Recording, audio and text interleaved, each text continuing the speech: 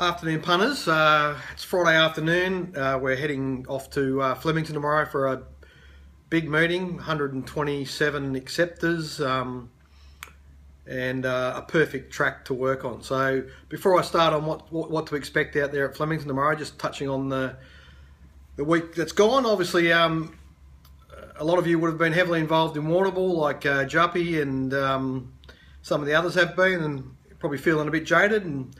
But I've kept pretty fresh, kept our involvement in Warrnambool pretty light with just looking at trying to find one race each day to bet on. So we missed the target the first day. We got close to the mark on day 2, and then we found a nice winner on day 3. So we've got through Warrnambool unscathed, and then we've just had a small result at Bendigo this afternoon. So hopefully all the subscribers out there, we're going into the weekend on the front foot and fresh, feeling good for what should be a great card at Flemington. So we're going back to the rail true at Flemington. Now, a lot of you, there's been a lot of talk around on social media and some of the mainstream media about how the track will play tomorrow, and they're referring back to how it played in the rail true back in March. Now, that time of year, because of what Mick has to do following the spring carnival with the kikuyu sods he has to use in certain areas of the track, and then the kikuyu growing in strongly in that summer period, that inside 3 metres is a real problem at that time of year. Now, subsequent to that March 18 meeting, the track was stripped right back and then oversowed with ryegrass. So it's almost the circumstances that prevailed back in March. It's like a completely different world to what we're going to have tomorrow. We've got one type of grass right across. It's completely even. And as far as lanes go tomorrow in the circle races, I don't think there'll be any lane advantage whatsoever. So I think the track will race extremely well. If the tempo's sort of just even, you're sort of looking for horses, racing on pace, stalking the pace in the front half of the field. If there's, some of the more high pressure races, you can probably look to the back markers to have an opportunity. But still, those horses in the front half of the field will probably be the way to go. I think there'll be a minor advantage racing in the one off the rail line, because there'll be a westerly wind tomorrow that can blow up to, that's forecast to blow up to 35 kilometres an hour, which will impact the horses racing on the rail on the sweeping turn. So I think that'll be just a minor inconvenience for the leaders and the horses racing on the rail.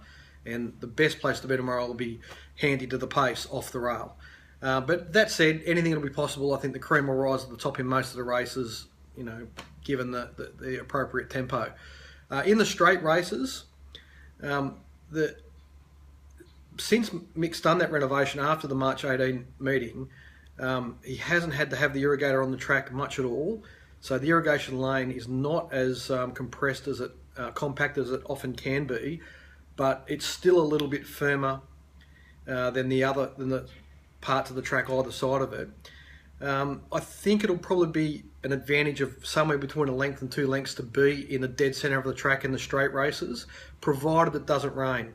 If it rains, that area of the track could chop up because it was opened up significantly at the Anzac Day meeting. So dry conditions, I think the middle of the track will be best. If it rains, I think they'll probably come all over the place, and it'll be a bit hard to predict, and the inside will be as good as anywhere, really, to be honest. So that's what I think about the track. To be honest, the track is in absolutely superb order. The circumstances that Mick's been presented with have given him a great opportunity to have that track in just pristine condition, both for this meeting and the months ahead. So that's all good news, punters. I'll preview one race while we're here. Race 7 at Flemington tomorrow. Really interesting race. 3-year-olds over 1,400 metres. Good tempo in the race. Got good therapy. Who led all the way last start at Pakenham, drawn inside. Will probably poke through and lead. Sherpa Trail will be there with it from an inside draw. And from the wider draws, you'll have horses like Urban Ruler and Just Highfalutin pushing across, and Fanfaron holding a spot from an inside draw. So I think there'll be solid tempo in the race, and it'll be a race where the best horses come to the fore. Just Highfalutin is a really talented filly. She won extremely well on debut at Stony Creek. before going to Pakenham and running down a handy horse in Call It a Day when he had a better run than her. She then went to Caulfield, and Jake Bayliss tried to get her on pace from a wide draw, sort of got posted, and then he probably overdid it a bit, restraining her back. So she sort of went forward back, and she had a tough run, and her overall run in the finish to be only beaten just over 2 lengths was outstanding. So she is still on her first prep, so there's she's probably getting towards the end of it. But Bo Mertens goes on. The wide draw is perfect for her and for Bo in this race shape, and I think she's she's been back from $8 into about $6 as I'm doing this, but I think that's still probably a reasonable price. I think she'll probably start in the $5 to $6 range tomorrow. The other key runner in the race is Widgie Turf. He's a strong horse. He's got a lot of talent. He can be his own worst enemy because he tends to take a couple of 100 metres to get going, and that often results in him being in the back half of the field. So Bo Mertens has been riding him. He's off tomorrow on the Just High for Luton, and he's replaced by Billy Egan on Widgie Turf. So Billy doesn't get a lot of Saturday rides, so it's a high pressure situation for him, but he's got the right horse to do it. And if things go right for Widgie Turf, he'll be very strong in the last 300 metres of this race, and he's probably the horse to beat, but albeit needing some luck. There are other chances in this race. Soho Ruby's a filly that's going extremely well. She did a really good job behind Petition on Anzac Day. She'll run a nice race. Gravista's a talented filly.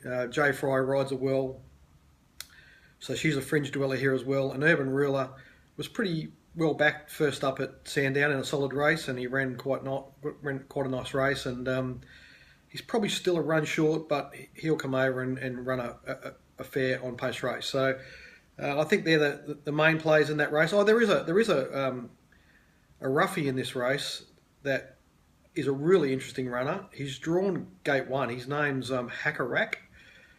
He's only had the one start in a pretty soft maiden. His run was outstanding. Now he's coming up lengths in grade, so it's a big jump to make, but I think the Urell stables brought him here because he's a very talented horse, and they're probably looking for a race with strong tempo. So I just think he's an interesting runner he's $35 or something, and I wouldn't be surprised to see him be strong at the end of the race and finish into the placing. So anyway, that's about it, punters. Big day tomorrow.